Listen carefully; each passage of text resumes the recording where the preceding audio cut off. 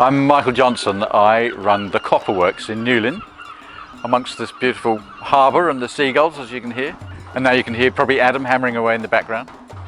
Been in this workshop since 2004. I think that makes it about 18 years. I used to work and play in my father's workshop as a boy. My father was a sound engineer with the army, with the forces.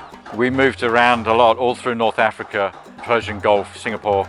And I was always tinkering and playing in Dad's workshop. I guess that was one of the continuities for me, was playing with bits of metal in my father's workshop. And I was doing that from sort of 4, 5 years old. And copper in particular seemed to really grab me. I loved it. I ended up getting into dance in Singapore as a boy. The 2 girls next door to me in Singapore went and did ballet, and I rather fancied them, so I followed them to ballet class at 5. I was the only boy doing it, but I loved it. And I didn't really pick it up again until my late teens, when we eventually ended up in Australia.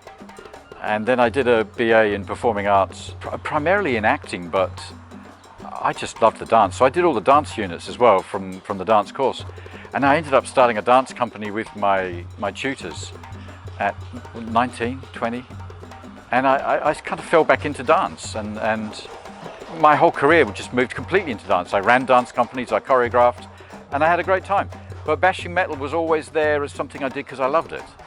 So I'd make things in copper and bits of wire and stuff found out in the bush in Australia, and make presents for people in my family and so on. And eventually I had a couple of designers see my work and a couple of galleries see my work and ask if I would do commissions. So I did a couple of commissions, and then I was right at that point in my dance career where dance was killing me. I was 28, 29. And I kind of felt I was due to make a change. I was either going to get more into teaching and just choreography and dance, or I was going to change career completely. And I decided I was going to go into metal full time. I mean, I know my wife hates me saying it, but for me, I feel like I'm just dancing in metal now. I know it sounds really trite, but you've seen the work we're doing. It's full of movement and fluidity and dynamism, and yeah, it is a naff thing to say, but it is what I'm doing. Come in. It's noisy, sorry.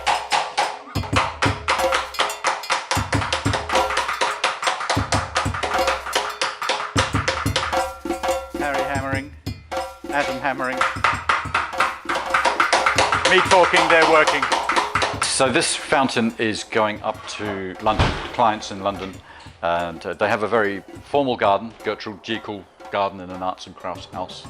So very classical, and they wanted a very classical fountain to go in. So we've beat this bottom piece here, is all hand beaten into various shapes and forms. That shape there, for instance, follows these contours. The master, that was the clay original that Glenn made. So yes, Glenn does more than just making model motorcycles and sundry others. He's a great sculptor as well. So he'll make that in clay, and then we take a silicon mold off that and go to resin. And then that resin master went off to the foundry, and that got cast to bronze. And that's to take the weight of water that's going into this. So there's about 3/4 of a ton of water to go in here. A fun piece, which is easy to say now that we've finished it. Pretty big challenge. Yeah, indeed. And actually physically quite big as well. And huge. We can only just get it out the door. I think we might have to take the door frame off as well as the door. We need a bigger workshop.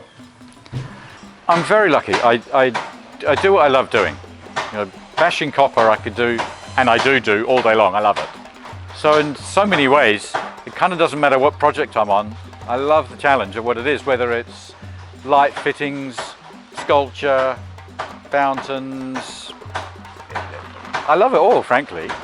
But I suppose the stuff I really love the most is the pure sculpture, where I'm allowed to, either because it's a piece I'm making for me or a client has said, look, go, just play. I can really push the metal into wild and new directions with those skills, although you might be, like, you know, in the workshop you've seen there's quite a classical looking fountain there. Yep, it's a classical fountain. It has very clear geometric parameters. But then the abstract stuff, I use the same techniques, but to take it in a completely different direction.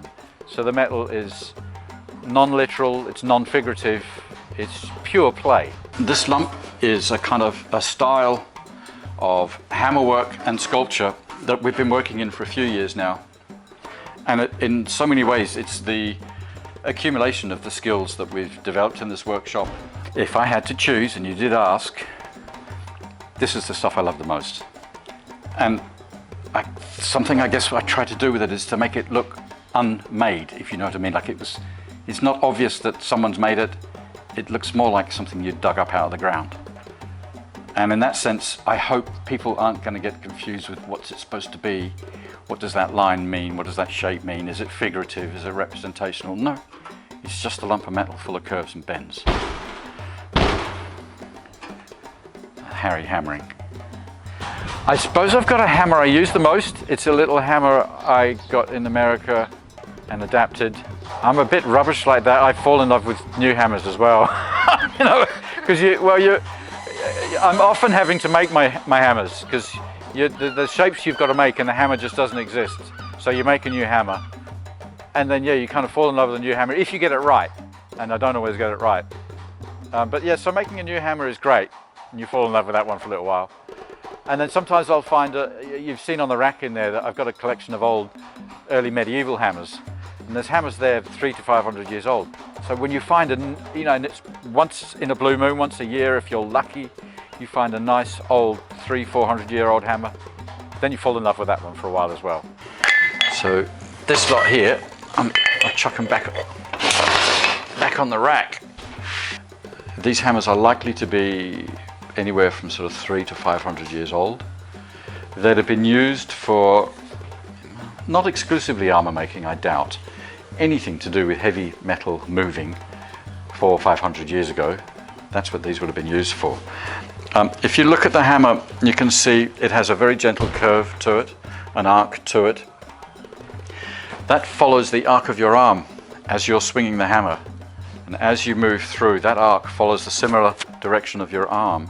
It means when the head of the hammer hits the metal, all the weight of the hammer is evenly displaced over the face of the hammer. So there's no wasted energy at all. Most modern hammers you'll see run straight across the top. They're just a complete straight T section. So when you do hit the metal, the hammer is still traveling that way. It's not a very efficient way of swinging a hammer.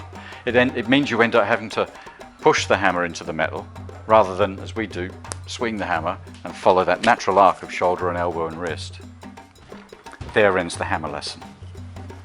Making a hammer from scratch, often you're adapting a pre-existing hammer, so you're really changing it. One of the fiddliest parts to make is the hole in the middle of it, the shank, the shaft for the hammer. So you'll cheat and use a pre-existing hammer and change the ends on it, make them longer or whatever. But it's blacksmithing basically. To make a new hammer is blacksmithing. The Copperworks is way more than me. I started it, but it's way more than me. My colleague Adam, who works with me full time, Adam's been with me 7-8 years now. Adam's absolute passion is restoring classic motorcycles and of course bashing copper. Really highly skilled chap, Adam, a great engineer and a brilliant coppersmith now.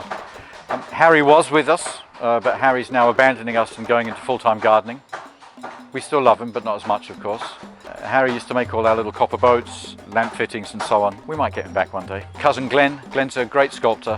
Glenn will work in clay first, and then from that we'll go resin or lost wax, depending on whether we're going to do sand cast or lost wax to bronze for higher detail. And then we've got an illustrator, Neil Reed, who works with us. And then we've got structural engineers who work with us as well, architects that we work with. The team in the end, Anthony, photographer, it's quite a big team. So on one end of the extreme, full-on classical architecture. We did a piece for a local church here, a celebratory plaque, but with the local kids. Lots of little copper flowers. So it's a dedicatory plaque in the church, but it's covered in all the kids' little copper flowers. That was magic. That was so much fun. Yeah, teaching the local kids here has probably been some of the happiest times. Absolutely love it. Yeah. Your hands might go green. Mine don't, but sometimes the people who work here do. It's weird, isn't it? Copper seems to react differently with different people. Yeah, I guess like any craft really, the more time you put into it and dedicate to it, the better you're going to get at it. I mean, I'm 59. I've been playing and dabbling with metal sometimes lightly and part-time and as of late the last 30 years or more full-time, and I'm learning so much and so enjoying what I'm learning now. So yeah, be prepared to learn and have to spend a long time doing it.